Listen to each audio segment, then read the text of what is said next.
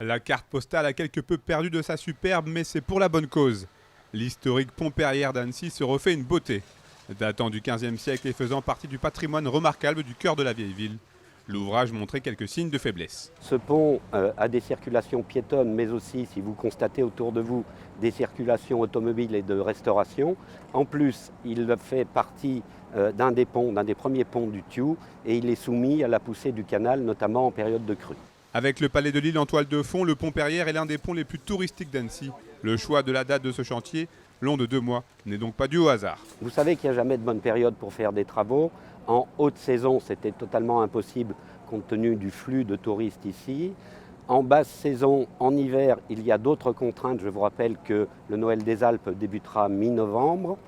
Au printemps, il y a des risques de crue et en plein hiver, il y a des risques de gel. Donc il y a à la fois des raisons techniques et des raisons économiques.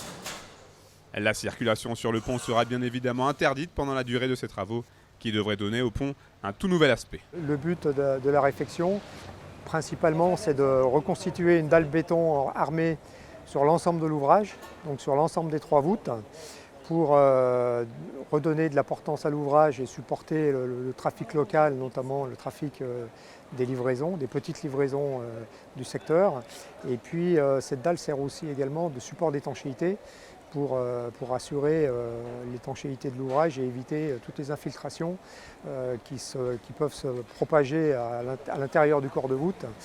Les garde-corps seront également rénovés et un soin sera particulièrement apporté à la création d'un nouveau système de mise en lumière.